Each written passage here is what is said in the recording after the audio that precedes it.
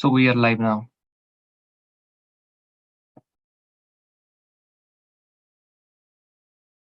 I'm on pinning Shailaja. Greetings and welcome to this Sapan event titled Restorative Justice, Truth and Reconciliation. I am Shailaja Rao for Sapan, a Sapan member based in Seattle, and I am your host for today's program on behalf of South Asia Peace Action Network. Sapan was launched in March 2021 as a coalition of intergenerational, cross-border, cross-regional, and cross-diasporic individuals and organizations. We regularly hold public discussions on the last Sunday of most months, and all this work is carried out by our team of dedicated, courageous, and committed volunteers. As we begin, I'd like to mention that today marks the 48th anniversary of India's state of emergency. Declared by then Prime Minister Indira Gandhi in 1975, citing internal disturbances and threats to the security and stability of the country. Civil liberties and democratic rights were suspended, and there was strict censorship. Opposition leaders, activists, and journalists were jailed, and political dissent was suppressed. The emergency remains a significant and controversial period in India's history. It serves as a reminder of the importance of upholding fundamental freedoms, without which democracy gets undermined. Also next week, 4th of July, marks the 46th anniversary of the so-called Operation Fair Play in Pakistan, when Chief of Army Staff General Zia-ul Haq overthrew the government and arrested Prime Minister Zulfikar Ali Bhutto, his party leaders, and rights activists. He dissolved provincial assemblies and suspended the constitution, leading to an over-decade-long period of martial law that still overshadows the country. 4th of July is also US Independence Day, which reminds us that the land was settled by displacing and oppressing Native communities. For those living today, reparations come in many forms because of the varied ways in which it was taken away over the years. Also, June is known as Pride Month in solidarity with the LGBTQIA+ community worldwide who continue to face persecution and even get killed because of who they are. We have an exciting lineup today. We are deeply honored to have Ela Gandhi as our featured speaker and distinguished discussants, including lawyer Ambika Satkunanathan in Sri Lanka and journalist Kanak Mani Dixit from Nepal. Suraj Budathoki of Peace Initiative Bhutan is unable to join us due to a family emergency, but has sent a brief video. Following the Q&A, we will have a cultural performance by development economist and musician Sumangala Damodaran. Some house rules: please make sure mics are on mute. Please introduce yourself in the chat and then post questions. And as always, we invite suggestions and feedback from everyone. Now, with us to present the Sapan founding charter is Sapan member and award-winning Bangladeshi photographer Shahid-ul-Alam. Shahid-ul obtained a PhD in chemistry before switching to photography.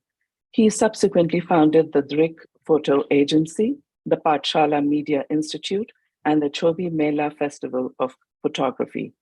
He also introduced email to Bangladesh. In 2018, the Bangladesh authorities detained and tortured him for criticizing the government. He spent over 3 months in prison and was released on permanent bail following a massive global outcry. Time magazine named him Person of the Year 2018. His work has been exhibited in many prestigious galleries worldwide. His 2011 memoir, My Journey as a Witness, is described by late legendary photo editor John Morris as the most important book ever written by a photographer. We are honored to have Shahidul present the Sapan founding charter.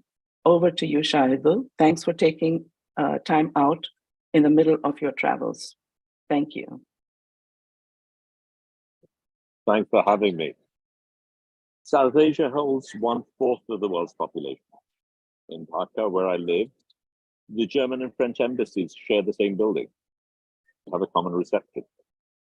These are countries that have a historic enmity and have fought bitter wars. Today, they share a common currency and have open borders. In South Asia, we have nuclear neighbors that see each other as arch enemies. Abra Fahad, a Bangladeshi student, was brutally murdered in campus because he opposed Prime Minister Modi's visit to Bangladesh. Border killings are a common occurrence. Water sharing treaties between Bangladesh and India have festered over 50 years. SARC was a fine idea. It was floated many years ago, but it is yet to become reality. Yet, we have overlapping cultures, religions, languages. The potential for trade within the region holds huge economic potential. That is why I joined Sapan, and why I'm here today to read out the chapter.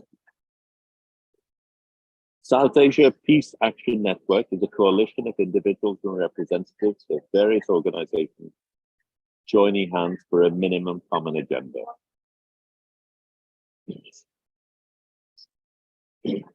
The South Asia, it is about reclaiming South Asia.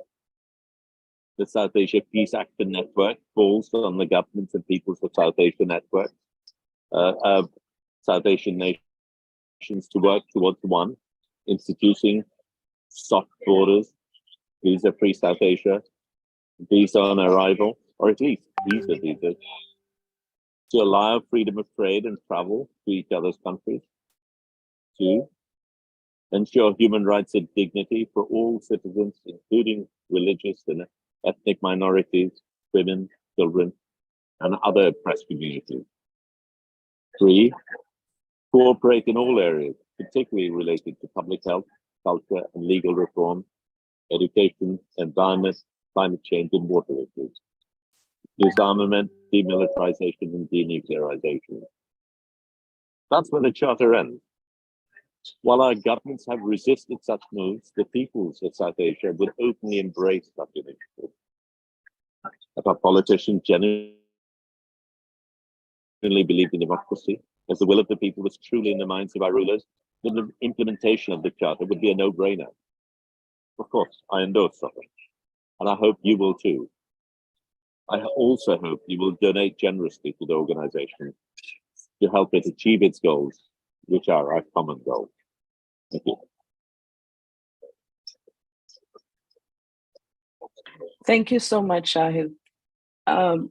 Now I'd like to invite Sapan members Fauzia Diba and Sarah Arshad for the In Memoriam section, honoring those whose legacy we take forward, as well as commemorating some who left us in the last 2 months. Thanks to Sarah Arshad in Pakistan for preparing this presentation for us. Over to you, Fauzia. Hi. At Sapan, we traditionally start our events by remembering those who made their mark in life and who left us forever since our last meeting. Before that, let us keep in our thoughts victims of some recent tragedies. We extend our condolences for dozens of people who died and hundreds went missing when an overcrowded trawler sank near Greece. The majority of victims were from Pakistan. Nearly 300 people killed in the collision of 3 trains in Odisha, India. 5 men died, including 2 Pakistanis, in the undersea implosion of Titanic-bound submersible.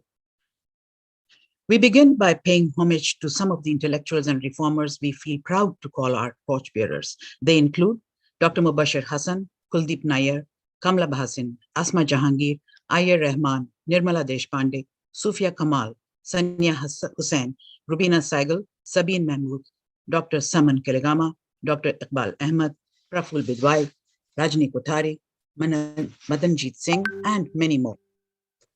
Dr. Zafarullah Chaudhary, pioneering Bangladeshi physician and health activist.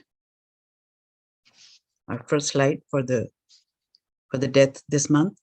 And then we have Indian actor and casting director Gufi Pental, born in Lahore.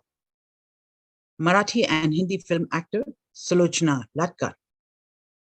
Next is Raksha Sharma, Hindi writer in Jammu, widow of Dogri poet Yash Sharma and mother of singer Seema Anil Sehgal. Next is environmentalist Manoj Misra, who worked tirelessly to protect the Yamuna River and its floodplains. He died the day hundreds formed a symbolic human chain, pledging to revive the river. Sara Arshad will now pay homage to more who passed away. Sara? Thank you, Fawzia. Shoaib Hashmi, renowned educator, playwright, and television actor from Lahore, married to Salima Hashmi, daughter of noted poet Faiz Ahmad Faiz. Next slide, please. Professor Nurul Islam, Bangladeshi economist, politician, and author. Salim Aziz Durrani, Afghan-born Indian cricketer, famous during the 1960s and early 70s. Jayanath Dhanpala, acclaimed Sri Lankan diplomat. Deshmania Priya Elizabeth Soisa, Sri Lankan scientist and pediatric healthcare pioneer. A. Majid Khan, acclaimed educationist, ambassador, minister, author who founded 2 universities. S. Shahjahan Chakravarti, Tamil film producer in Chennai, India. Zarina Bhatti, pioneering Indian sociologist and feminist of secular values. Professor Imtiaz Ahmed, Indian author and scholar of political sociology. Shailaja? Yes. Thank you so much, Fawzia and Sarah. We now come to our discussion on restorative justice, truth, and reconciliation, moderated by Beena Sarwar, Sapan's founder-curator and the founder-editor of Sapan News. Before I hand it over to Beena, I'd like to remind all those watching and listening that we at Sapan have been carrying out all this work on a purely voluntary basis. If you like what we do and support our work, please consider contributing on a regular basis. I'd like to request Sarah to please post the link where people can make tax-free donations that we receive via our fiscal sponsor, Encuentro Cinco. Beena, over to you. Thank you so much, Shailaja. Thank you, Shahidul. Thank you, Sarah and Fawzia. It's always wonderful to be part of these events. And I would like to really, first of all, say how honored we are to have Ela Gandhi with us as our featured speaker, as well as we have some other very distinguished participants to take forward these very crucial ideas that we are discussing on restorative justice, truth, and reconciliation, which many of us really feel the need within our countries as well, and we feel the need within the nations as well. And that's what was behind this thing, to bring this narrative out to the forefront. Ela Gandhi is a social worker and political activist in South Africa. I'm so honored to have connected with her, thanks to my old friend Sandeep Pandey, who wrote a wonderful op-ed for us at Sapan News on the killers of Rajiv Gandhi being let free, as well as at the same time the rapists in the Bilkis Bano case. And he talked about Ela Gandhi and mentioned her as someone who's had forgiven the killers of her son, who had been killed and murdered in 1993. So I needed a reference for that, and that's how we connected with Ela ji. So she's a social worker and political activist in South Africa, where she was born. She's been twice elected to parliament representing the ANC, and if she's there, if we could have her on the screen also. She was a member of in Parliament. She was a member of the Inter-Party Justice Portfolio Committee that drafted the Truth and Reconciliation legislation, and that is so important. She also wrote a piece about this for Sapan News recently, which we sent out as a syndicated piece to various media outlets. So she's a respected political activist in her own right, of course, but she also takes forward the legacy of her grandfather, Mahatma Gandhi. Her father, Manilal, was also a journalist, Gandhiji's second son, who had stayed back in South Africa. And Ela ji grew up in the Phoenix settlement ashram near Durban, founded by Mahatma Gandhi. So I'm going to ask Ela ji to share some of her views about the issue of restorative justice and truth and reconciliation. Thank you so much, Ela ji, for joining us. It's so nice to, just really honored to have you here. You're muted, Elaji. Yeah. If you could unmute, please. Thank you so much for inviting me to this forum. It's really an honor to be here with all of you. And I would like to extend my sympathies with the families of the people that were, mentioned earlier. I think that, when we talk about restorative justice, I think one of the important things to me is the question of how do we think about society, about people, and about life in general. So our whole philosophy of how we see the world is very, very important. And today in our materialistic world, we have all learned a different way of looking at the world. Firstly, a way which starts with ourselves. It starts with, how can I make my own position as best as I can?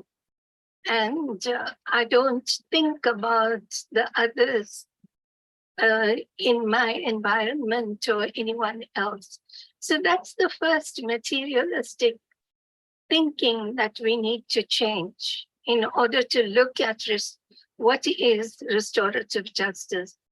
The second thing I think that is very important is to look at how we view individuals. Because some people think that people are born great, or they are born criminals, or they are born, whatever they become. And don't look at life as our society actually making people what they are. Whether it is a great leader, and if we just cite the example of Gandhiji, Gandhiji came to South Africa, and often people say that had he not come to South Africa, would he be the Mahatma that he was? So what was it about South Africa? It was the terrible discriminatory system in South Africa that changed him from an ordinary lawyer who came here on business to the Mahatma that he became. And that transformation occurred in the 21 years that he lived in South Africa. And when you look at his autobiography, he says that the incident on the platform at Pietermaritzburg was really the turning point in his life. Now, it's difficult to say really what was the turning point, but he himself suggested that that was the turning point. Here in South Africa, we see that he made a visit to Marion Hill Monastery, where he saw a different way of life, where people were all living on the basis of equality. Everyone did all the chores. There was no hierarchy. There was no division of labor, nothing like that. Everyone was treated with equal dignity, and everyone did all the chores together. And that is the kind of society that attracted Gandhiji. He went to Marion Hill just 2 years after he was in South Africa. And I think that that was also one of the turning points in his life. But then he set up the Phoenix settlement in 1904, when he made the real change, that is from city life to a rural life, living next to the poorest of the poor, African communities, Indian communities, workers, and, the very unemployed poor people. And that's where he began to learn about life in those circumstances. And when he went back to India, you see all these ashrams are located amongst the poor people, not in the cities, all are out in rural areas. And so, that was important for him, the masses of the people. Now, if you take it from that point of view, number one, that people can change. Number two, that people are all equal. Number three, that society actually has an impact on our life, on how we become whatever we do become. So if we take those 3 points, then when we look at a person who has committed crime, and I hesitate to call anyone a criminal, because no one is a criminal. They have committed a crime. They can change. And so by tagging them, we are taking away that possibility of the person changing. Now, this was something that we had discussed in the ANC long before ANC came into power. And we had seen how poor people were treated in this country, how Black people were treated in this country, and what it meant, to go to prison on little, offenses like just not carrying a pass. You could be put into prison because you didn't have your pass with you or a birth certificate with you. So does that make one a criminal? So many people were sentenced to death in South Africa. And all those things caused us to change our attitude and say that we must have a different system. So when we went into parliament, firstly, we changed imprisonment to corrective services. Previously, they were called prisons, and it was about imprisonment, about punishment. We changed it to correctional services. So the idea was correctional services. The second is the Truth and Reconciliation Commission, where we said that, yes, we must restore the dignity of the people who suffered. But at the same time, we must forgive and bring about transformation in the people who were perpetrators. So there was the question of compensation, of forgiveness, and of repentance. You have to repent for the things that you have done. Once you know that you have committed an offense, you need to repent for that. So those were some of the key issues that we grappled with. And we put them into laws and into our policies and so on. The point I'm going to make now is that it's very easy to make the laws. If you think 10 people think alike and they can write up the law, they can write up a beautiful policy, they can write a constitution. But to change people's minds on the ground is a difficult job. And that is what we need to do. The more people who begin to accept this need to go out there into the community and bring about that change before we can have real changes in whatever we do. Because we see that although we call it correctional services, it's still a punishment. They are still treated with indignity. There is still no real correctional supervision that is happening here in South Africa and elsewhere, where these changes have been started, but they are still not struggling to get off the ground. So the 3 points I want to make is that we need to change people's mindsets, that we need to look at, develop this new philosophy of looking at life differently from the materialistic worlds that we see around us. And thirdly, to begin to work on the ground to bring about the real changes. that we want to see. Besides changing laws and policies, we need to work with the people so that they can begin to see that these changes have to be brought about. Right. Thank you, Ela ji, for those really important points. Just to take that forward a little bit, this process has been going on in South Africa for some time. And, do you see any reduction in crime because of these changes and looking at things differently? Well, as I said, our society hasn't changed. Our view, materialism hasn't changed. In fact, it has grown. In the past 29 years in South Africa, we've got more inequality than we had previously. Previously, the inequality was based on race. So you see that at the top, it's the white, community. And at the bottom of the scale are the African people. And now you don't see that they are African people who are right at the top, who have become billionaires. And so it has changed from color, race, to class issue. But the class issue is still there.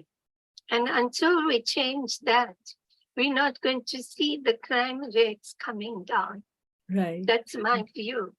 And right. Yet, to answer straight the question you asked, crime has gone up. I mean, it has remained the same. It hasn't gone down.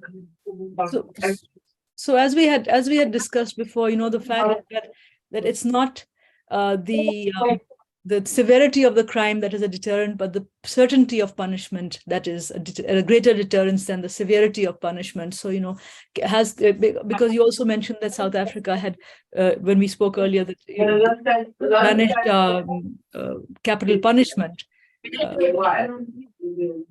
Well, if you look at the book, Amnesty International has written a very beautiful book on When the State Kills. It's called When the State Kills. And in that book, you see that bringing an end to capital punishment doesn't actually have any effect on, crime. Or introducing capital punishment, it doesn't mean that crime is going to be, reduced. Right. So both ways, if you do away with capital punishment, it doesn't necessarily mean that the crime rate is going to go up. And if you introduce capital punishment, crime rate doesn't necessarily go down. Yes, that's what research has shown. But because people get very emotional about this issue, and this, of course, is something that brings me to, well, there's 2 points I want to make. One is, and that actually, the 2 points are interrelated. Like, how can people, because you see, when somebody loses somebody, when they lose a loved one to hateful crime, to violence, they want retribution, they want vengeance, they want to do as they were done to. And yet you suffered this enormous personal tragedy when your son was killed. He was shot and killed in his house in South Africa 20 years ago. And I can only imagine that the pain might get blunted a little, but it doesn't ever go away. And yet, so my question was about how can someone accept, like, if you're killed, and I know the killers of your son were never found, but if they were found, what kind of treatment would you like them to have? So I think for me, my son was killed on the 16th of December. 16th of December, it's a very, very important day in South Africa. And on that day, he was killed. He was killed just before the democratic elections could start in South Africa. It was that turning point. And there was a lot of political violence in the country at that time. So the first point is that we still don't know whether this was just an act of criminality or whether it was a political assassination. And it could be either. So we reported this to the Truth and Reconciliation Commission to investigate. and tell us what was behind it. So I think anyone who suffers a tragedy like that wants to know why. Why was this done? So if I am, I am able to see the perpetrator, I would like to ask, why did he do what he did? That's the first question I would like to ask. But having asked that question, I am not revengeful. I don't want revenge. I don't want to see the person suffer. I can understand that whether it was criminal or political, there must be something that induced the person to do whatever they did. And I'm prepared to help the person to transform. But I wouldn't want punishment or retribution for the person. And I think that this is something that is not unique to me. In South Africa, there are thousands of people who have suffered similar, tragedies in their life because of the political situation in the country. As I said, at that time itself, on 16th of December, 1993, there was a lot of criminal activity or political violence in the country, and lots of deaths occurred during that time. We still don't know why they occurred, but these are also people, my friends, who feel exactly as I do. We all want to know why, but we don't want revenge. We don't want retribution. Thank you. Yeah, it's difficult, but I think the important thing is to think that way, So you think that way and your friends think that way, and that is, I find that so commendable and inspiring. And I suppose you already answered this question about how can we get everybody to think that way, to create a more compassionate and just society, and how can we move forward with this? So I'm going to come back to you, Elaji, but I'd like to now introduce our speaker from Sri Lanka, who is Ambika Satkunanathan. And Kanak, you need to mute. So if someone could spotlight Ambika Satkunanathan, who's joining us from Colombo, where she's a prominent human rights lawyer. She's worked for over 20 years with persons and communities impacted by human rights violations. She headed the Human Rights Commission of Sri Lanka, leading the first ever national study of prisons. And she's really worked a lot with prisons and research. She's done pioneering work on drug control, detention, rehabilitation. She's a member of the expert panel of the Trial Watch project of the Clooney Foundation and a lot of other accolades that she has. So Ambika, you've worked, if someone could spotlight Ambika, please. Ambika, you've worked on these issues your whole life. And so, and Sri Lanka has had some kind of truth and reconciliation issues as well, processes as well. So if you could just talk a little bit about, and what you would, how you would respond to Elaji's comments, and also share your perspective and your journey. And of course, thank you so much for joining us. Thank you, Bina, and thank you for inviting me to be part of this discussion. One correction, though, I was not the chairperson of the Human Rights Commission. I was one of the commissioners. But maybe I will just quickly start from my personal journey in relation to this issue, because as a legally trained person, to me, the criminal justice system and punishment as justice was a given. There was no question about it. Of course, you acknowledge that there are gaps and shortcomings in the criminal justice system, but you never question the fundamentals of the system. Is this actually working? Is this what we need? Is this fit for purpose? Now, keep in mind that through the years, while the values the criminal justice system espoused remain the same, their real life practice has changed, or it has become distorted. and the system itself has become dysfunctional. When I started at the Human Rights Commission for 5 years, I was in and out of prisons. I led the National Study of Prisons, for which we interviewed more than 200 incarcerated persons. We did questionnaires with nearly 3,000 incarcerated persons. And that is when my mind began to change. And I began to ask, does this criminal justice system work? Does it function as a deterrent to crime? The short answer is no. And one of the key reasons is because those in positions of power subvert and undermine the rule of law and politicize institutions that are supposed to dispense justice. The institutions become instruments of discrimination and violence, like the police, the Attorney General's Department. All these institutions are part of the carceral state, which abuses mostly marginalized populations. These abuses become normalized, and these institutions become beyond the reach of the rule of the law. Globally, these institutions, such as the police, have also been shown to be corrupt. Now, even in the UK in March 2023, there was a report that 1,500 police officers were accused of sexual assault within just 6 months. In Sri Lanka, we see continued arrests of police who are involved in drug trafficking. It is therefore very easy to lock people up, throw away the key, and pat ourselves on the back for achieving justice. But does this carceral state keep us safe? No, it does not. And we ignore the root causes of violence at our peril. Now, this takes me to, if we're talking about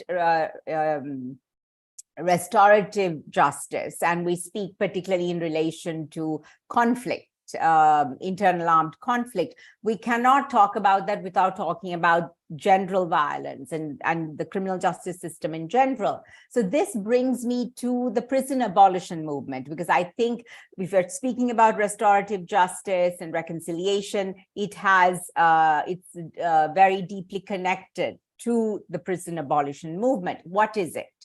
The prison abolition movement does not, for instance, say that we must close all prisons now, but it does say we need to work towards a world without prisons. What does this entail? It entails looking at the root causes of crime and violence. For instance, in most countries, and South Asia is no exception here, persons in prisons are from poor and marginalized social groups. In Sri Lanka, for instance, around 60% of incarcerated persons are in prison because they were unable to pay fines as little as rupees 3,000. Hence, poverty does impact and lead to incarceration. In fact, it creates a society to prison pipeline. And those who are imprisoned get caught in a cycle of poverty, violence, and imprisonment, because the penal system, once they enter the criminal justice system and the prison, makes their lives worse, not better. And once they are released, society too makes their lives worse, not better. It does it through stigmatizing them and ostracizing such persons. The prison abolition movement interrogates the root causes of violence, of abuse, and demands that resources and energy be expended on addressing those root causes to prevent persons from coming into conflict with the law and being imprisoned. Now, most abolition literature, if you see, and discourse is from the global north, and particularly the United States. So it deals with their particular set of circumstances and does not provide answers to many questions, I think, that we in South Asia have, that we are grappling with, such as mass violations, such as war crimes and crimes against humanity. How do you deal with people who do that? Or with transnational crimes, such as mass drug trafficking, where one deals with persons who continue to harm society with impunity. If we take the long-term approach, we can say we need to address the root causes. But in the short and medium term, how do we deal with these problems? In these conversations, I think one thing that we must keep in mind as we figure our way through this is that it is important to always place the victim front and center and pay heed to their demands, concerns, and needs. What is it they need to heal? Some even demand the death penalty, like here in Sri Lanka. But we argue against the death penalty because human rights law and discourse view it as a cruel and inhumane punishment, and there is a global movement against it. Also, the person, though spared from being sentenced to death, will still be punished in some form. So you can see the contradiction, the complexities, the paradoxes, all these questions that we have to grapple with. This brings us to finally, my final point here is it brings us to Sri Lanka. The government in Sri Lanka is now proposing a Truth and Reconciliation Commission. But Sri Lanka's history is replete with many such commissions that have produced many reports, some of which were not even made public. And these reports collectively contain thousands of recommendations, as yet unimplemented. The victims view the latest attempt to establish a TRC as a farcical exercise to tick the box and appease the UN Human Rights Council so the resolution on Sri Lanka is not renewed in 2024. Instead of expending resources during a time of grave economic crisis in Sri Lanka and re-traumatizing the victims by making them testify before yet another commission, the Sri Lankan government should implement past recommendations. By doing so, it will probably solve 50% of the problems and also show good faith and begin rebuilding the broken social contract and broken trust between the state and the citizen, and in particular, certain victim populations. To move from retributive to restorative justice, it is critical we interrogate the fundamentals of the criminal justice system, how they have been distorted, leading to grave injustices, and use the concept of accountability rather than punishment. Because at the end of the day, each one of us has to be held accountable for our actions. Accountability, if we view this through the lens of accountability, it will also provide us a broader canvas and more varied options to dispense justice. Thank you. Thank you, Ambika, for those very thought-provoking remarks, very important points that you made and bringing out the complexities. That's really important. So I guess one of the main things I'm getting from that is the issue of accountability, not just for the persons who've committed the crime, but also for the state to implement, like you said, you know, there've been multiple such processes in Sri Lanka and lots of resolutions, but the state hasn't implemented them. And if there is no political will and no implementation, then it's just words and checking boxes, like you said. So with that, I'd like to now bring Kanak Mani Dixit into the conversation. Kanak is a very old and dear friend who I've known for more than 25 years. And he needs to now mute himself because I'm trying to introduce him. So Kanak is a Sapan founder member and a vocal South Asia regionalist and visionary. He wears many hats, including as a civil rights and democracy activist in Nepal. He's the founder, editor of Himal South Asian magazine and the founder of the Film South Asia Festival of Documentaries. I'm not going to go into all his many accomplishments. The speaker bios is online and somebody can share that. So Kanak, I'd like you to share. You've been engaged with these issues that we've been talking about. We've talked about some of these issues through multiple fronts. So would you share your perspective from Nepal and as a South Asianist? Thank you, Bina. Before I get into my presentation, would you allow me to ask a question to... Absolutely. I should have actually, sorry, I should have asked Ambika also that to ask a question, but we'll have more chance for that as well also, but you can ask it before if you like. Yeah, just one question to Ela ji over in Durban. I guess that's where you probably are. Yes. South Africa is being held up as the exemplar in transitional justice and the effectiveness of truth and reconciliation commissions, and all the rest of us around the world where there have been conflicts are pointed to South Africa as the answer. But then we also hear some discordant notes about how it has not really been a success story. You addressed some of this earlier in your presentation, but just on the specific question of how you feel that South Africa is held up as an example, and how much should we, the rest of the world, take South Africa as an example for transitional justice and restorative justice? Do you want me to answer now after your presentation? You could answer that question now, and that reminds me that I forgot to share Suraj from Bhutan, his little video. So after you answer this question, I'm going to bring Suraj his message on, Kanak, and then we'll come to you if that's okay. So Ilaji, please do go ahead and answer. All right. So thank you for that question. I think that South Africa has really, set an example for the world on the transitional, work that South Africa did. I think one needs to understand the whole situation in South Africa at the time when the transition actually took place. The kind of system that we lived under, the oppression, the suppression of, people, the violence that was carried out by the apartheid government. Even during the time of discussions, there were people who tried to topple the whole, negotiation process. If you remember when we were negotiating, there was a group that drove in through with a van into the hall and held everyone to ransom in that, discussion, a negotiation process. But all that was quelled. And it was quelled simply because of the very superior,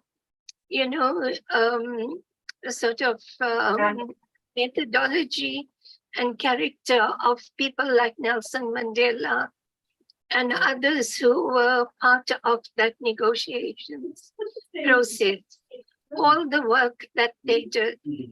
And some of the important things that they carried out, like, not just relying on ourselves, but also having a leadership in Africa who supported us.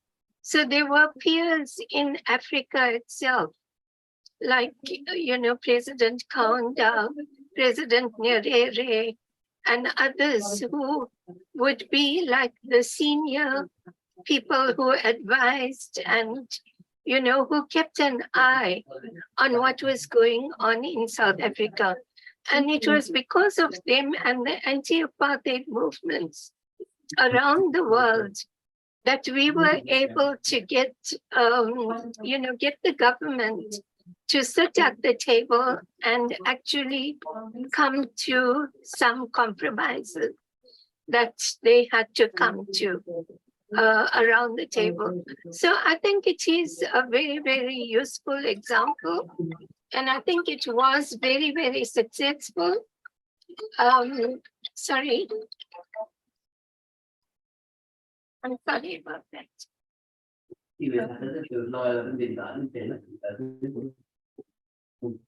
Okay. Yeah.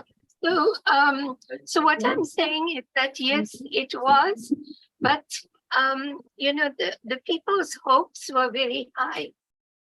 That once democracy has been established, that things will automatically change. People didn't look at the the bigger picture, in the sense that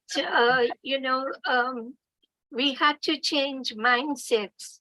And once again, in everything that we do, unless on the ground people's mindsets don't change, that racism, that apartheid mentality remains, even if you change the powers that be on the top. So change of government doesn't necessarily mean that you are able to change the situation in the country. So what has happened is 29 years hence, we have got to a point where people are feeling very disillusioned because of the corruption, the crime, the situation in the country, and so on. People are disillusioned and tend to think that the whole negotiation process was wrong. But in my opinion, the negotiation was very good. And it is a very good example. But what has happened now is largely because of our own inaction and our own, as a community, we didn't play a strong role to ensure that the leaders that we put into power are held accountable. And I think that that's where the problem lies. We need to empower communities to be able to hold the leaders accountable. Thank you. Thank you, Ela ji, for that. I think that the message I'm getting very strongly from what both you and Ambika have said is the issue of holding leadership accountable, holding the political government accountable, and that political will to take forward these ideas. Otherwise, there's no point. It's just words. And of course, the truth and reconciliation process in South Africa was still inspiring, despite the pitfalls we see that it's had over the years because of this lack of political will, and because democracy is messy. It's not when there's dictatorship, it's easy. One person just decides and that's it. But when democracy is messy and it's a process, it's not an event. So Suraj Budathoki, who could not be with us today because of a family emergency, he has sent a video that I'd like to share with all of you. Suraj is, as you can see in the slide, he came to the States as a young man in 2009, and he started the Peace Initiative Bhutan. And I'm going to share the video that he sent, which is self-explanatory. It's very brief, so please bear with us. So he wants a similar thing, a peace and reconciliation process for his native country, Bhutan. So here's Suraj. To these crucial discussions. Hello, everybody. Namaste, distinguished guests, panelists, and viewers. As much as I wanted to present in person to these crucial discussion, I could not, as I have to travel out of my state on short notice. On behalf of the Peace Initiative Bhutan, I extend my deepest gratitude to Sapan and all the dedicated volunteers who have played an instrumental role in making this event a resounding success. As many of you know, I have been actively involved with the Peace Initiative Bhutan for quite some time now, driven by a genuine desire to bring a benevolent closure to the Bhutanese refugee issue. In the late 1980s and early 1990s, more than 130,000 Bhutanese citizens, especially from ethnic Nepalese, were forcibly expelled because they could not fit into the framework of Bhutanese as per the definition of Government of Bhutan. During the early 1990s uprising, unaccounted people were killed, tortured, and still missing till this time. Thousands of Bhutanese families have been divided. More than 50 political prisoners have been serving inhuman prison conditions, and most were given life sentences. Families are unable to see them and talk to them. The Government of Bhutan does not allow Bhutanese Americans or resettled Bhutanese to visit Bhutan and reunite with their dying parents and even attend their last rituals. And close to 7,000 Bhutanese refugees are in refugee camps in Nepal without any foreign assistance, and their solution is barely in sight. To address these ongoing and unresolved issues, the Peace Initiative Bhutan has embarked on a transformative journey, breaking free from the confines of reactive advocacy and embracing a new paradigm of peace building and reconciliation. We, at the Peace Initiative Bhutan, aim to cultivate a positive and enduring peace in Bhutan by sincerely addressing all outstanding issues through reconciliation, ultimately fostering a united and prosperous nation. Central to our advocacy is establishing a Truth and Reconciliation Commission, which will investigate past wrongs, facilitate the writing of a short shared history, memorialize atrocities, ensure accountability, promote reparation, foster apology, and nurture forgiveness.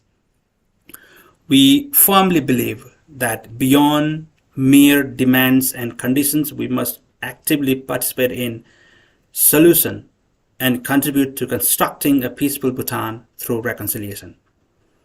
Reflecting on the words of Mahatma Gandhi, an eye for an eye makes the whole world blind. I am compelled to acknowledge that we have squandered 30 years in our pursuit of retributive justice. Now, we stand committed to building sustainable peace in Bhutan, a peace founded on unity, understanding, and harmony. I wish to express my heartfelt appreciation to all the individuals and organizations who have supported the Peace Initiative Bhutan in its noble endeavor. Your unwavering dedication and belief in the power of peace are a constant source of inspiration for all of us. Together we can overcome the challenges and forge a brighter future for Bhutan. Once again, my sincere thanks to Sapan and every volunteer involved in this event.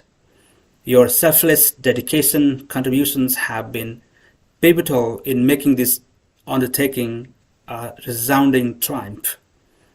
Let us work and hand in hand, paving the way for a harmonious and prosperous Bhutan. Thank you. Okay, so that was Suraj Budathoki, and as you could see, he wants to follow what Ilaji, what you had in your in the example that all of you set in South Africa, and I want to so Kanak, where are you? Can someone spotlight Kanak if you could come back and there you are. Yes. Yes. Come and share your views and take this forward a little bit. We have a little bit of time, and then I'll come back to each of you to say a few words before we open it up for Q&A. There's lots of questions in the chat, so we'll have a little bit of time to go over those. Thank you, Meena. Even during this conversation, I have questioned myself about a conundrum that exists within the transitional justice process, which is, on the one hand, we speak about reconciliation and hand of friendship across great divides. At the same time, there's got to be an equal willingness to reach out. But the fact is that when one side decides to utilize peace and reconciliation processes, let us say the politically more powerful entity, such as the state or political parties who have transitioned into an era of peace without and the point that Ela Gandhi made, without repenting. So if you're just trying to utilize a peace process to move ahead in your political career, rather than a genuine concern for reconciliation, peace, and long-term cohabitation, then I think transitional justice, truth and reconciliation, restorative justice, these are all words that we use while allowing perpetrators a free hand by showing, if you will, crocodile tears and not a deep repenting process. This is what I see from Nepal. So let me now go back to how I would start my own presentation. As Bina said, as a Nepali and as a South Asian, we look at within South Asia and we find that there are thousands of places where the process of transitional justice is obvious and required across all the societies and all the nation states of South Asia. So if you look at Pakistan, for example, just to talk of a few countries, the activities of the army and military intelligence over decades that has the Pakistani people under so much tension and pressure. what is happening in Balochistan, what is happening in Sindh, what has happened in Sindh, activities of picking up journalists in broad daylight off the streets and disappearing them. These are all issues that require some kind of a TJ process. The northern areas, Khyber Pakhtunkhwa, in India, such a vast country with so many problems within, and the pressure against minorities, particularly Muslims, as we speak, what is happening in Manipur as we speak, Kashmir, the entire central rib of India, where there has been a continuous activities between the Maoists, so-called Naxalites, and the state. These are places where there is a lot of distress. And the way to get out of the distress is through a genuine Truth and Reconciliation Commission. Bangladesh, let's talk about the NAB, the National Accountability, sorry, not the NAB, but RAB, National Accountability Bureau is Pakistan, which is misused to pursue political opponents. But RAB, which is a paramilitary force in Bangladesh that targets and has gone after and is been involved in hundreds of killings of politically problematic individuals. Sri Lanka, we don't need to talk more about. We already have had some discussion on that. Bhutan, what we just heard from Suraj Budathoki ji, the need for the state to be held accountable, at the same time to move ahead with a truth and reconciliation process that brings up for scrutiny what the Bhutanese state did in terms of depopulating a seventh of its population in the late 1980s and early 1990s.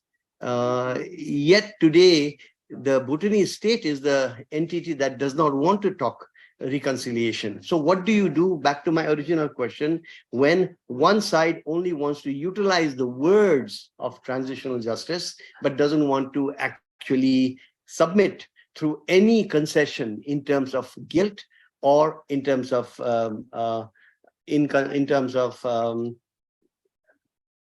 acknowledging one's own responsibilities rather than just being manipulating. So now, back to Nepal, what I would say is this. In South Asia, the one country where transitional justice, at the very least, has some breath left in it, is Nepal, with all the problems that exist.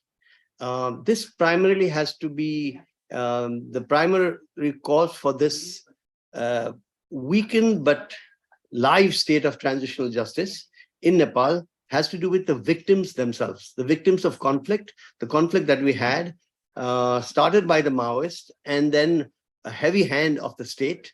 It lasted between 1996 and 2006. And we've had a messy period since. And the word transitional justice became real after a few years of trying to understand it to the human rights group within Nepal, as well as the victims of conflict in Nepal, when it was translated into Nepali. So the term Sankramankalin Nyaya is a term picked up from Sanskrit into Nepali, and it took some time to understand what it meant. But once it was internalized, then till today, despite the prevarications, despite the compromise, despite the opportunism of the political parties, and not only the Maoists, who are right now very much in power.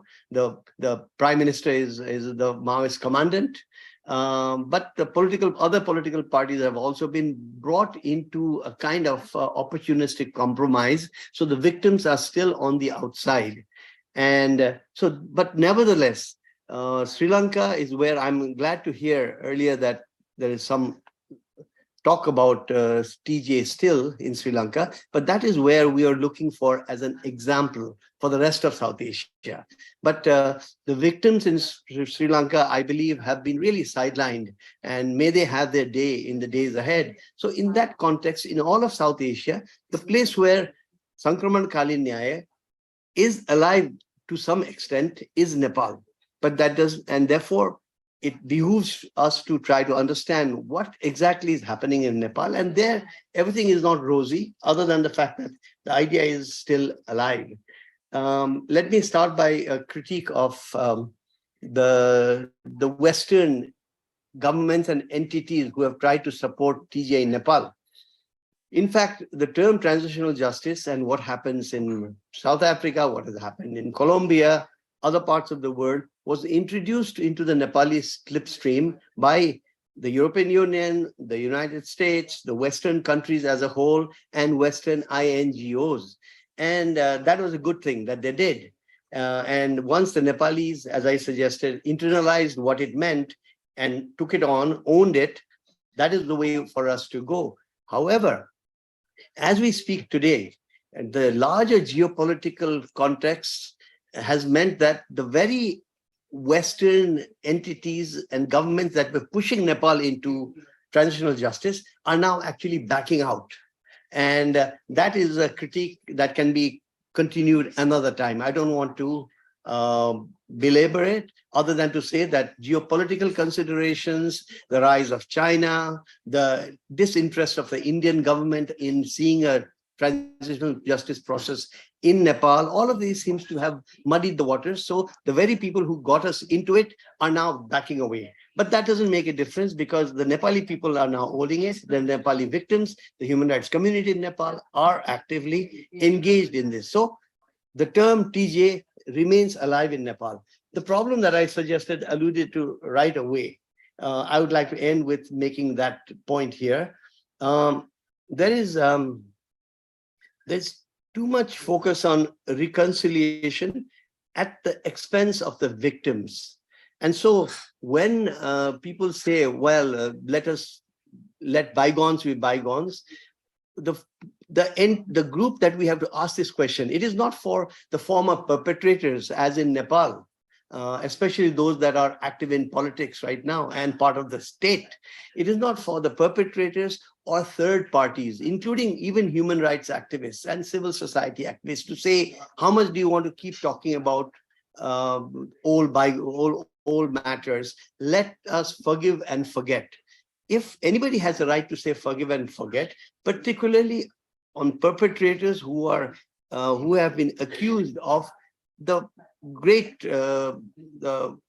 human rights abuse, which means torture, extrajudicial killing, rape, abduction, it is for the victims to at least say this. But the question would arise still, do the victims have the right to forgive when it is a crime against society as a whole, and the state has to take it on itself? So for these reasons, I believe that in Nepal, transitional justice is very much a work in progress. There are attempts to sabotage it. No question that you cannot have a completely retributive attitude about justice for crimes committed. There has to be some soft edges around the TJ process, which is why it is different from the criminal justice process.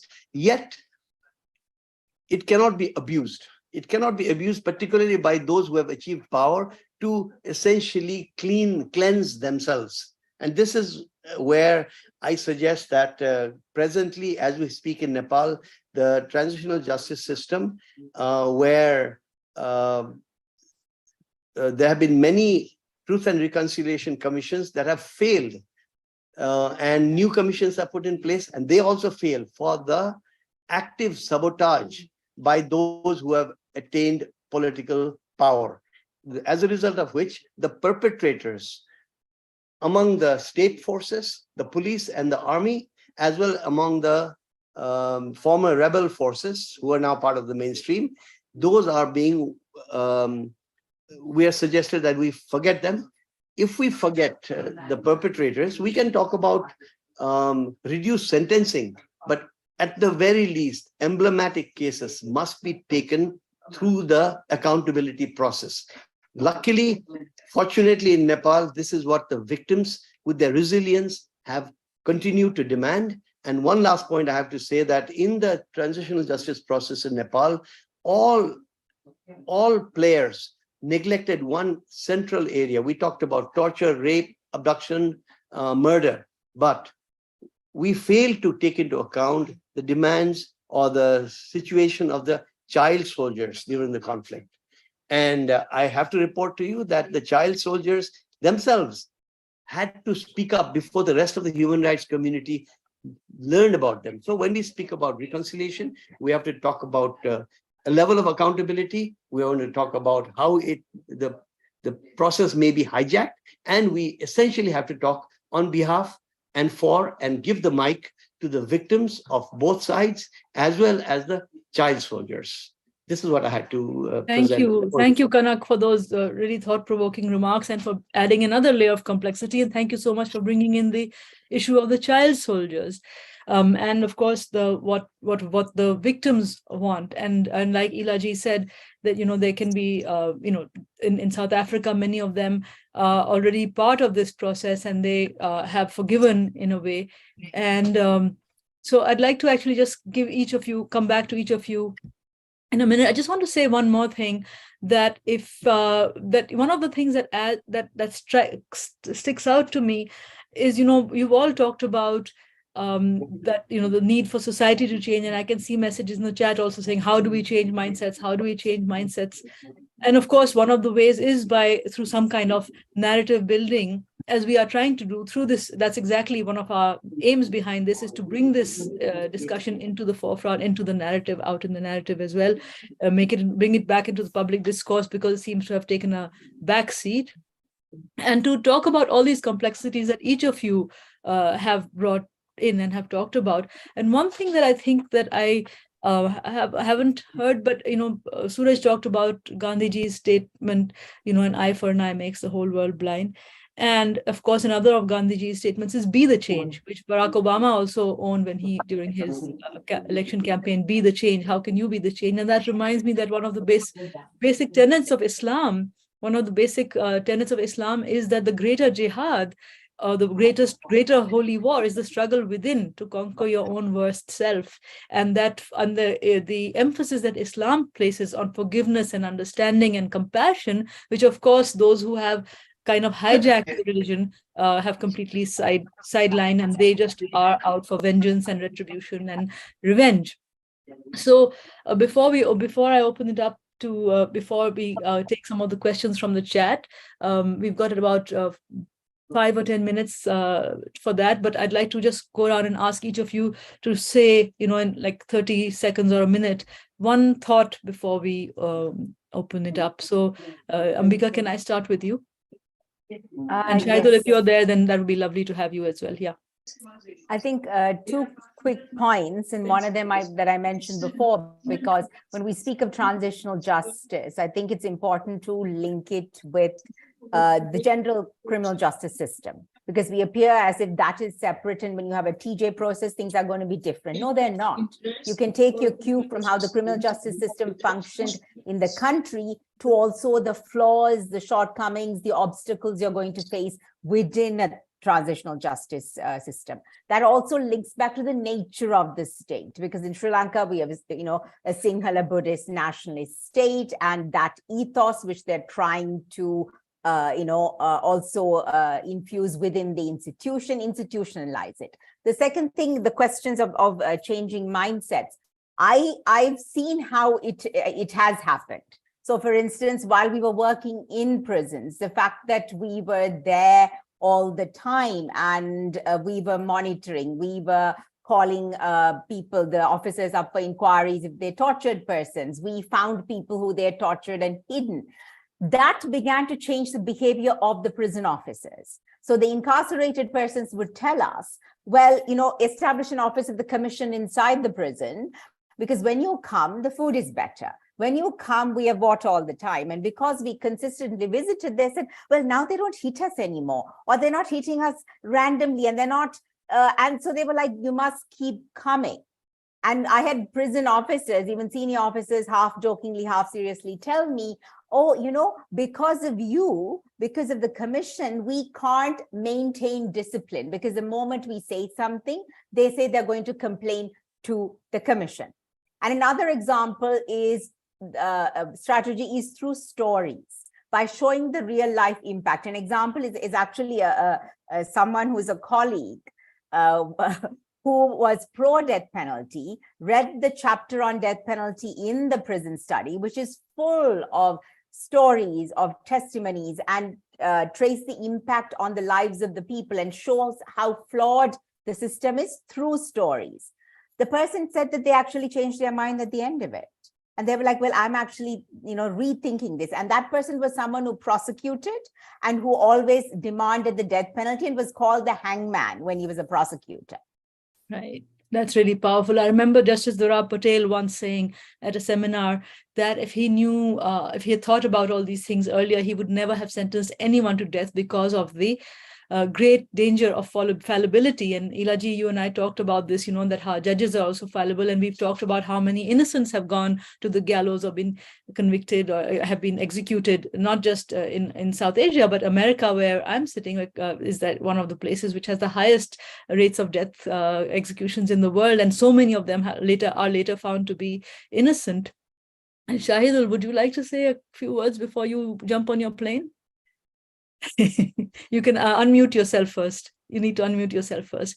While he's unmuting, I just want to acknowledge that in the audience, we have some very distinguished people, including someone who introduced me to this concept of restorative justice in the first place, my friend Anita Wadhwa, who actually wrote a book called School to Prison Pipeline, if I'm not getting it wrong. She did her PhD at Harvard on the School of Education, and her whole thesis, her whole research has been on working with schools here in America, where to prevent the school to prison pipeline, where the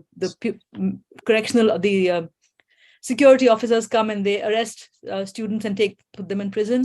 I see Faratullah Babar is here with us. He's a very distinguished politician and human rights activist in Pakistan, and also Ruchira Gupta, who has been working with trafficked women.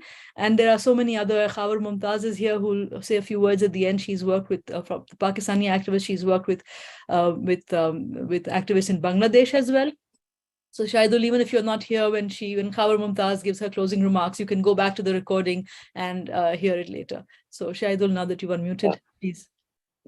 Thanks. Well, firstly, because I have personal experience, there are a whole lot of things I'm aware of which I wouldn't have been had I not known. And a lot of the things which we've been able to do in terms of prison reform are things I would love to be able to continue. Should I get that opportunity? I mean, we set up art classes, literacy classes, musical bands, vegetable classes, had books in the library, and a whole lot of things.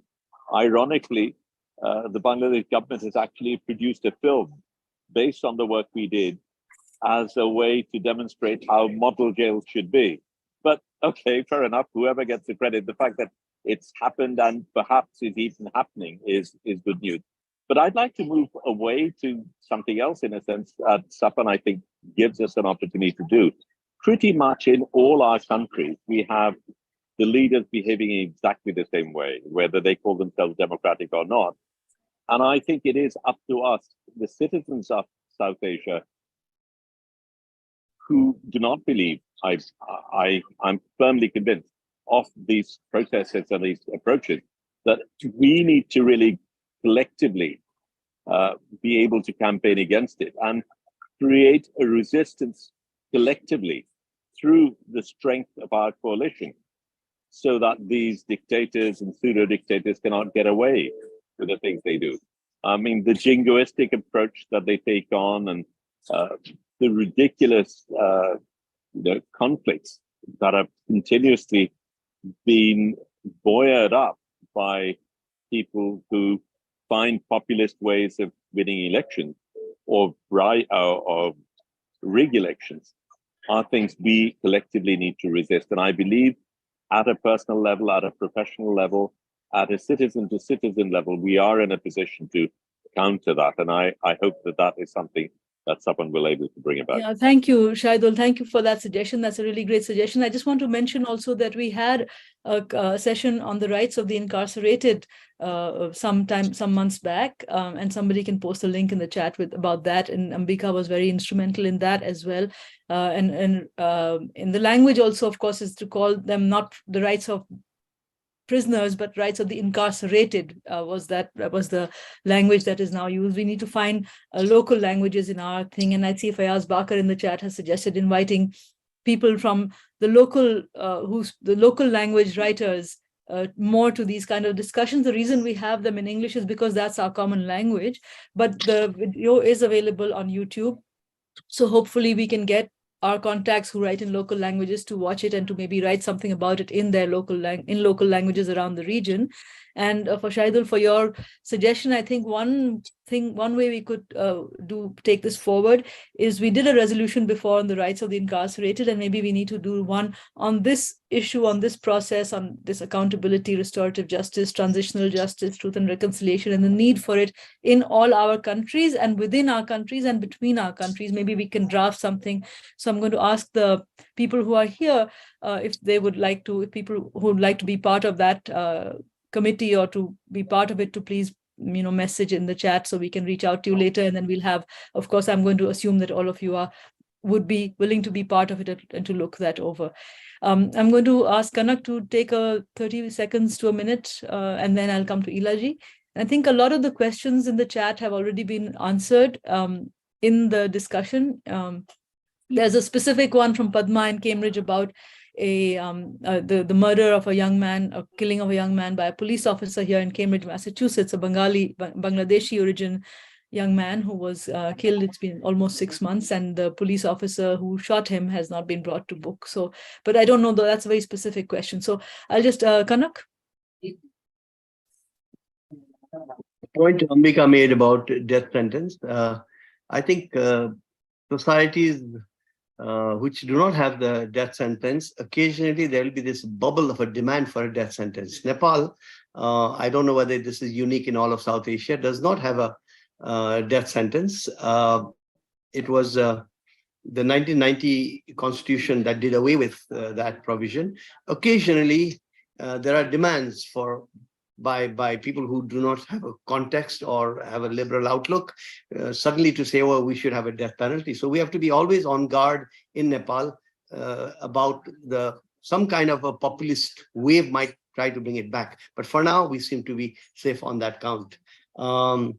This term, revenge, often victims who demand accountability are being accused of wanting revenge. And there's a difference between revenge and accountability. And I think that point has to be made very clear, even within the Nepali context, to the Nepali public. And also we must keep in mind that when we seek accountability, there is not the idea that it's not forgive and forget, certainly, but also we have to keep in mind that it's got to be a legal process. Let no innocent person be dragged in an accountability process to be prosecuted. No question about that.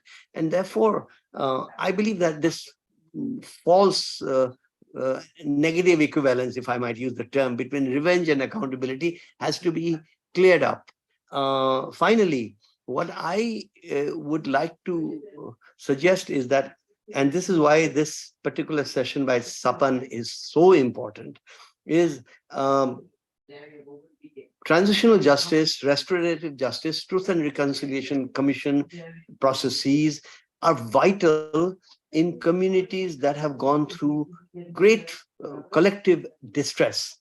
And South Asia is an example of points of collective distress everywhere. So at the very least, this discussion should re-energize individuals all over South Asia to say we have to have this term. It's an awkward term. It is a term from the English language, which has to be internalized and applied to the local context. But from Balochistan to Arakan, from, let's say, the southern Sri Lanka all the way into Kashmir, there has to be an upwelling of localized demands for transitional justice, or what we call in Nepal, Sankramankalin Nyaya. Thank you, Kanak. So we will take this forward further.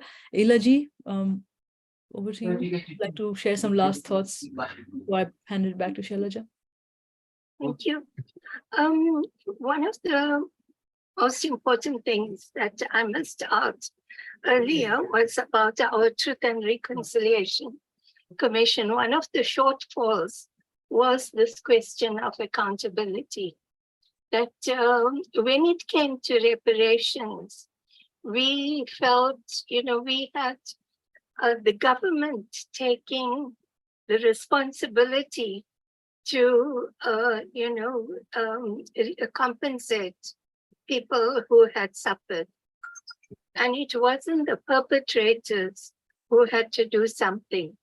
Now, I think that was taken up by the Rwandans in their truth and reconciliation process, where they actually asked the perpetrators to actually do something to the victims, and in their remorse and in their process of asking for forgiveness, they had to do something for those victims, which was a very important thing, because then you have this question of accountability answered, so that if they have done something wrong, now they have to, whilst they are forgiven, they're not going to be in prison, they are not going to be incarcerated, but they have to be doing something in order to show their remorse to the people who had been their victims. So I think that is a very important thing. And if anybody is looking at a new process, they should take that into account, to put that, clause into their Truth and Reconciliation Commission work.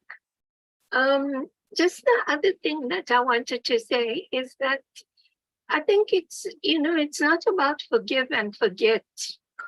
It is about forgive, but always remember. And remember not in a way that, you want to take revenge, but remember that this must not happen again. You have forgiven, but you must also be absolutely, certain that this doesn't happen again.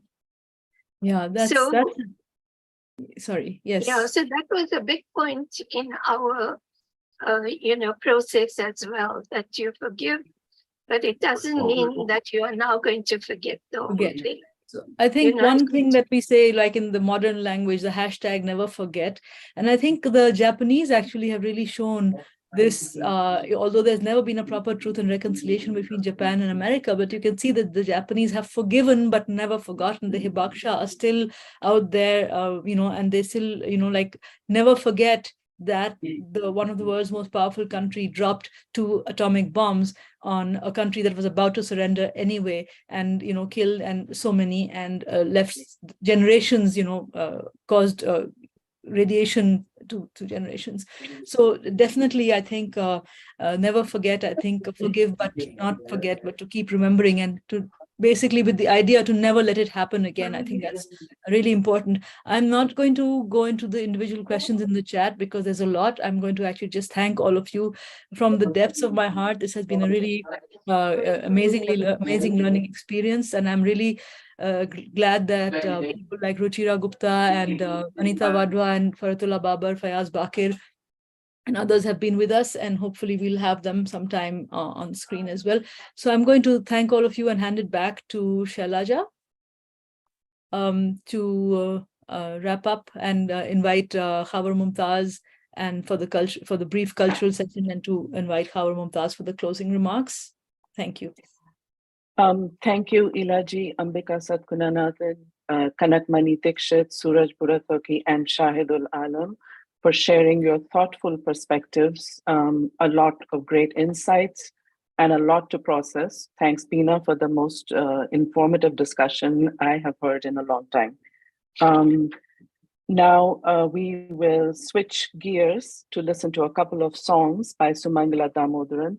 Sumangala is an academician and musician whose experience spans teaching and research in economics, development studies, and popular music studies. She taught at Delhi University, Ambedkar University for over 3 decades, and is currently visiting professor at Ashoka University, the University of Cape Town, and the Institute for Human Development in Delhi. She is also a singer and a composer, Her documentation of the musical tradition of the Indian People's Theatre Association, IPTA, from the 1940s and the 1950s led to her book, The Radical Impulse, Music in the Tradition of the IPTA, and an album, Songs of Protest. She has collaborated with poets and musicians from South Africa as a founder member of the award-winning Insurrections Ensemble. She has also directed a multi-institutional project around music and migration in pre-colonial Afro-Asia since 2016, which has yielded 2 musical productions and a manuscript titled Maps of Sorrow.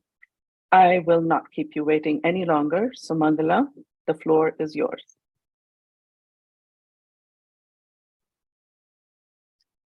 Yeah, thank you, Shailaja, for inviting me to be part of this this wonderful session, and thank you to Sapan for extending this invitation to me. So I know it's been quite a long sort of set of conversations, and so I won't take much time except to, I'm going to sing 2 songs, and I'll say a little bit about both the songs. The first song it is something that I found as part of my research into the music of the Indian People's Theatre Association of the 1940s and 1950s.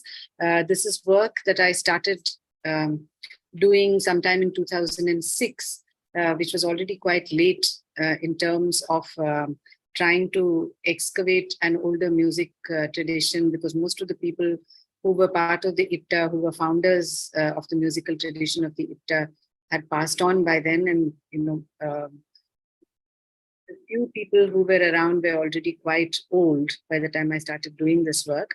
But still, I did manage quite a bit of the repertoire in various Indian languages, languages that I could speak or sing in. And so this particular song was written after the Jallianwala Bagh massacre. Nobody knows exactly when it was written, but except that it was written in response to what happened in Jallianwala Bagh in 1919. And this is a song that was picked up by the IPTA's Central Squad, which was located in Bombay. It was known as the Bombay Cultural Squad. It had a whole list of illustrious musicians and artists from all over the country. So this song used to be sung by somebody called Preeti Sarkar, later on Preeti Banerjee, who was one of the prominent singers of the IPTA's Bombay Central Squad. And I met her when she was in her 80s, and she taught me this song. I just wanted to, I want to sing this song, but I also, this song also became a route for me to discover something that was very interesting and which also has a connection with South Africa, which is that as part of my work, sort of research in Bombay and fieldwork in Bombay, I also eventually found a song which had traveled to South Africa, but I actually heard it for the first time in South Africa sometime in 2009, when I was told, and I sang this song at a conference that was organized to commemorate the legacy of Yusuf Dadoo, the South African communist veteran. And at this conference, when I sang this song, a lot of people who were from the Transvaal Indian Congress, those who had been, a lot of the older people and also many of the younger activists came up to me and said this reminded them of a song that was sung in South Africa a lot. And for me, it was an interesting exercise because I couldn't really get what the words were. And eventually, some of those people actually brought an old newspaper for me to look at, old publication of the Transvaal Indian Congress from 1961 or so, which had the lyrics of the song. And that particular song I'd never heard. And, people in South Africa believed that it might have come with Gandhi, or it might have come through the Congress roots. But when I looked at the lyrics of the song, something told me that it didn't come through the Congress networks. Eventually, to cut a really long story short, eventually when I was doing the fieldwork in Bombay, I found that song in a songbook brought out by trade unions in Bombay in the 50s, and it was an old trade union song. So the song is South Africans would know this. It's called Parna Jhanda. Parna Jhanda ye niche jhukana, bazi ye jaan is pe ladana, par na jhanda ye niche jhukana. So for me, therefore this particular song that I'm going to sing became the route to finding the travels of a song which got forgotten in India, but which was in fact became very popular within the freedom movement in South Africa. And interestingly, a song which had a reference to Jallianwala Bagh was also adapted for talking about the Sharpeville massacre after it happened. So I find this a very interesting example of how music travels and how it actually then connects with different social movements. So I'll sing Din Khoon Ke Hamare, which is the song that I'm talking about.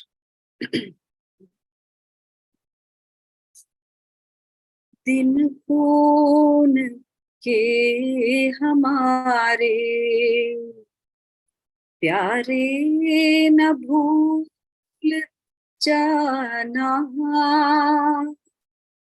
खुशियों में अपने हम पर आंसू बहा के जाना, दिन खून के हमारे सैयाद ने हमारे चुन चुन के फूल तोड़े, वीरान इस चमन में अब गुल खिला के जाना, दिन खून के हमारे गोली खा के सोए जलियान बाग में हम, सुनी पड़ी कब्र पर दिया जला के जाना, दिन खून के हमारे हिंदू और मुस्लिमों की होती है आज होली, बहते हैं एक रंग में दामन भिगो के जाना, दिन खून के हमारे प्यारे न भूल जाना, खुशियों में अपने हम पर आंसू बहा के जाना, दिन खून के हमारे.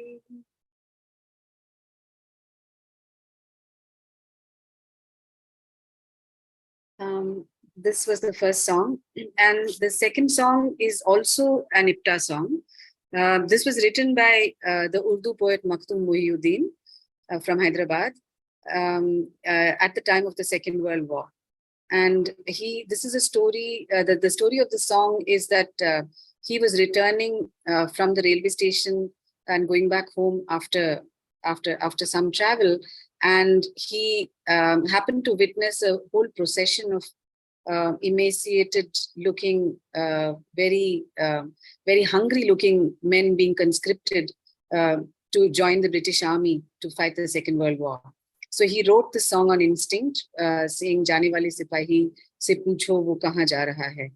And now this song was more or less again forgotten.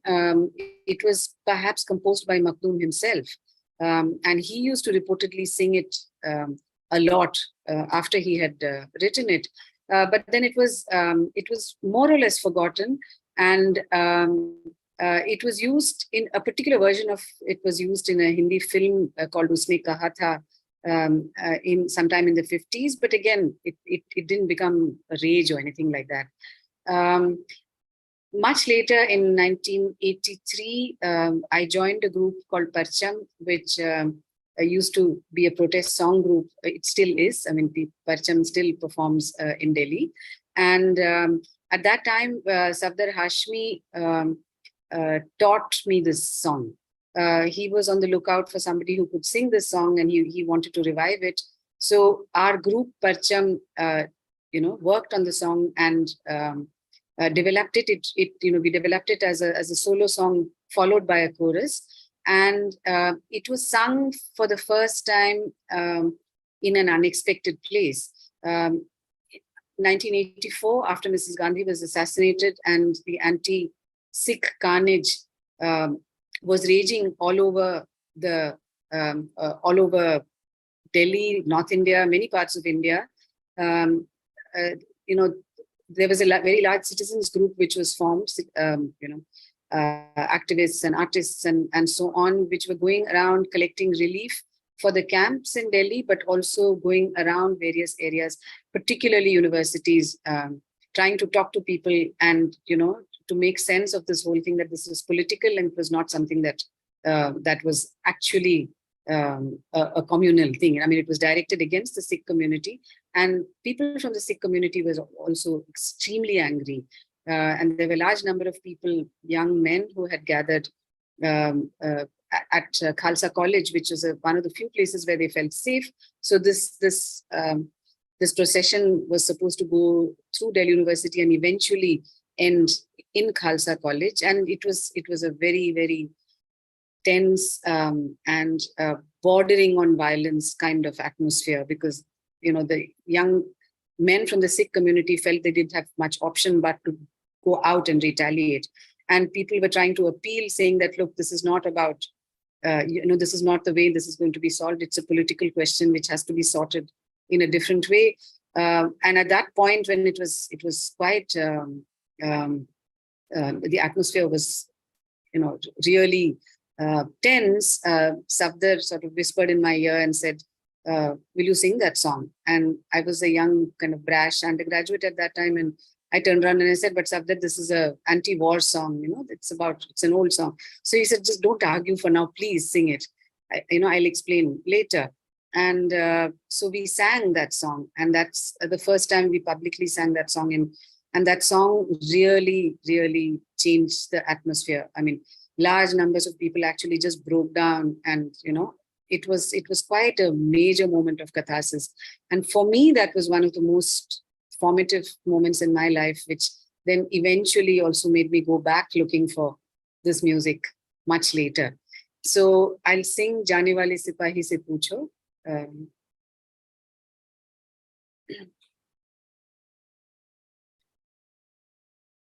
जाने वाले सिपाही से पूछो वो कहाँ जा रहा है।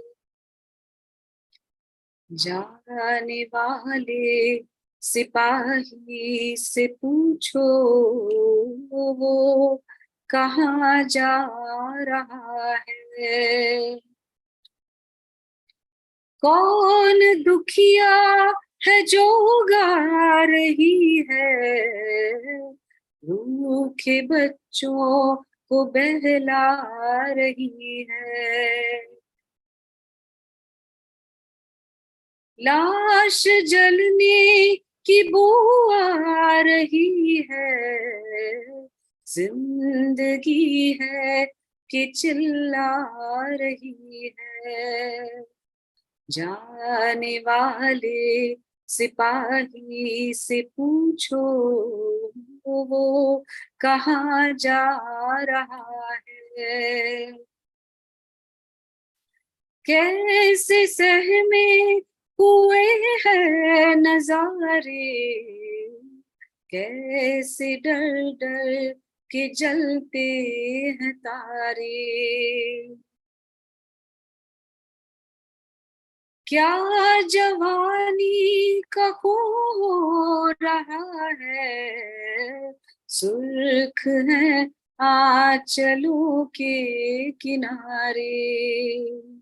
जाने वाले सिपाही से पूछो, वो कहाँ जा रहा है। गिर रहा है सियाही का डेरा, हो रहा है मेरी जान सवेरा। ऐ वतन छोड़ कर जाने वाले, भूल गया इनकलाबी फरेरा। जाने वाले सिपाही से पूछो, वो कहाँ जा रहा है। जाने वाले सिपाही से पूछो, वो कहाँ जा रहा है। Thank you. Absolutely fantastic. Thank you so much, Sumangala, really. I really appreciate the songs that you picked for this event and you telling us the stories behind both the songs. Quite appropriate for this event. Again, much appreciated. Thank you so much, Sumangala. And now I will pass it on to Sapan member and activist Khawar Mumtaz for closing remarks. Khawar Mumtaz is a women's rights activist and Sapan member based in Lahore. In the 1980s, she was a founder member of the pioneering umbrella group Women's Action Forum. Her book, Women of Pakistan, One Step Forward, Two Steps Back, published by Zed Books 1987, with co-author Farida Shahid, is a groundbreaking work on the history of women's political participation, particularly under a military dictatorship. She has served as executive director of the feminist cooperative Shirkatgah and as chairperson of the National Commission on the Status of Women in Pakistan. She has also been a board member of various South Asian organizations like PANOS and South Asia Center for Policy Studies. We are honored to have her present the closing remarks. Over to you, Khawar.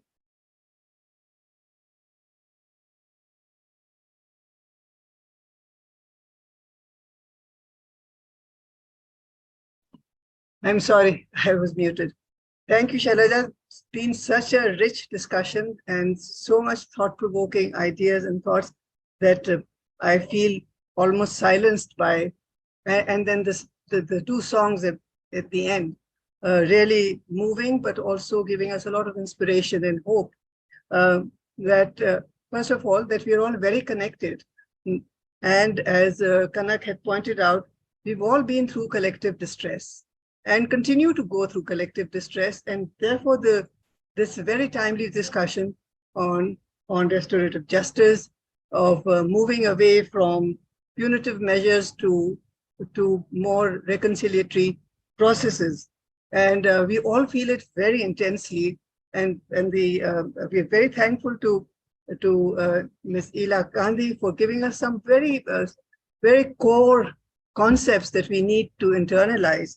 Because, and most important, I thought to take away from hers was that it's how we see the world which is so important, and not to blame the criminal, but to see why a society produces those criminals?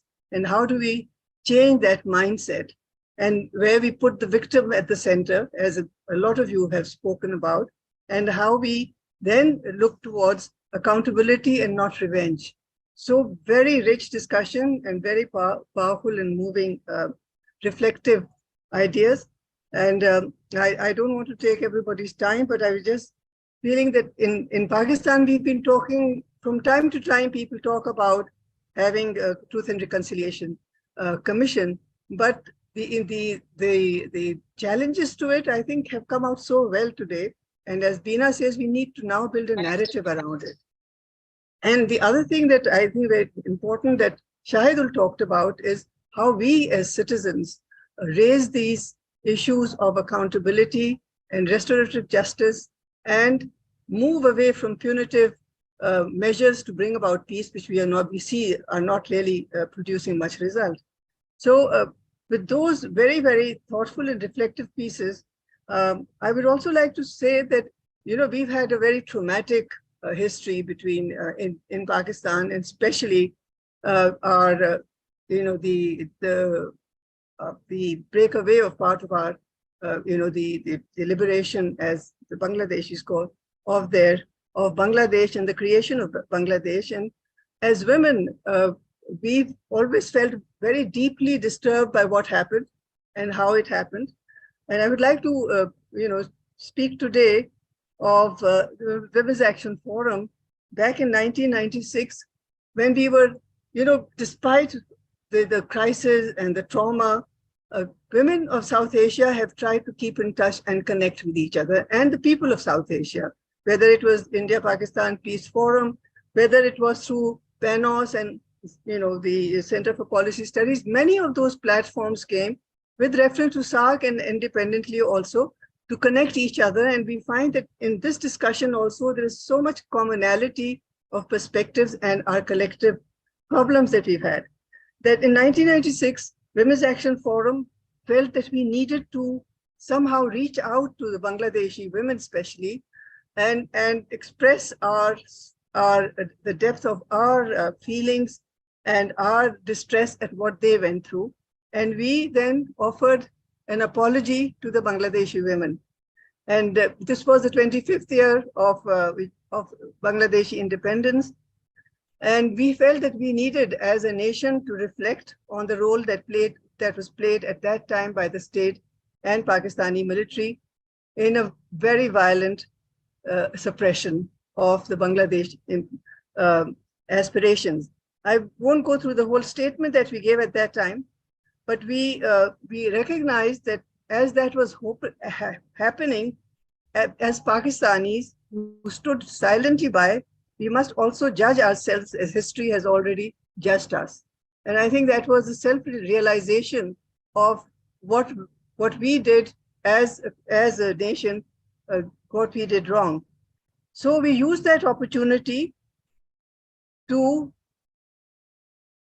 say to Women's Action Forum on its own behalf would like to apologize to the women of Bangladesh that they became the symbols and the targets in the process of dishonoring and humiliating a people. So I think it was, in a way, very exceptional at that time, and I think it still is, to be able to reflect and at least apologize. And I think it's one step forward towards reconciliation when we start recognizing our own mistakes and reaching out to people to apologize.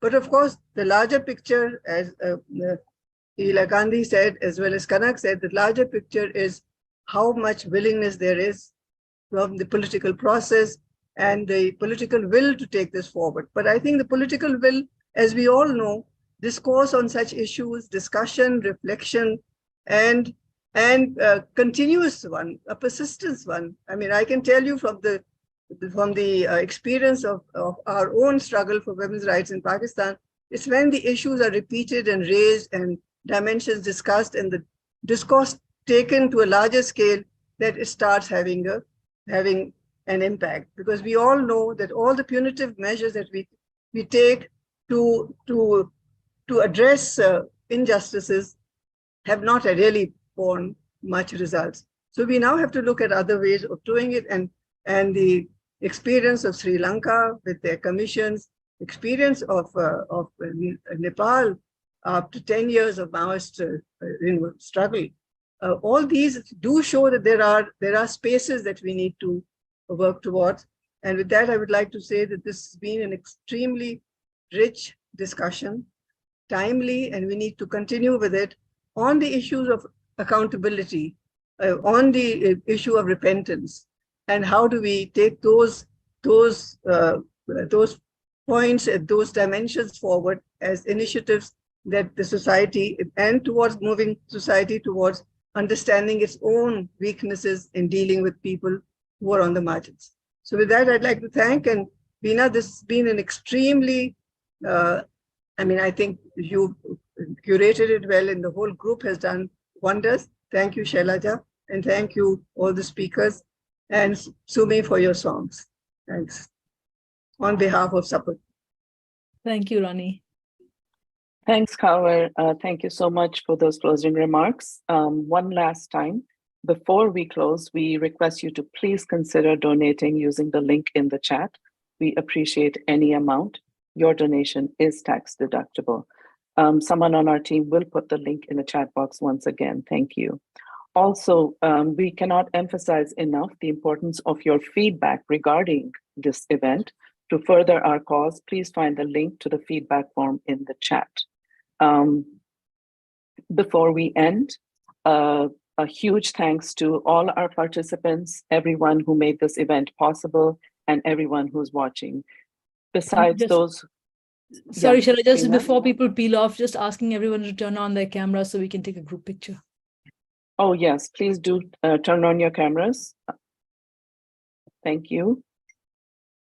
And I will, I would like to, there are many volunteers without whom we could not have done this event. So special thanks to Sarita Bartola, Marla Narsinghe, Vishal Sharma, and Ekta Kapoor.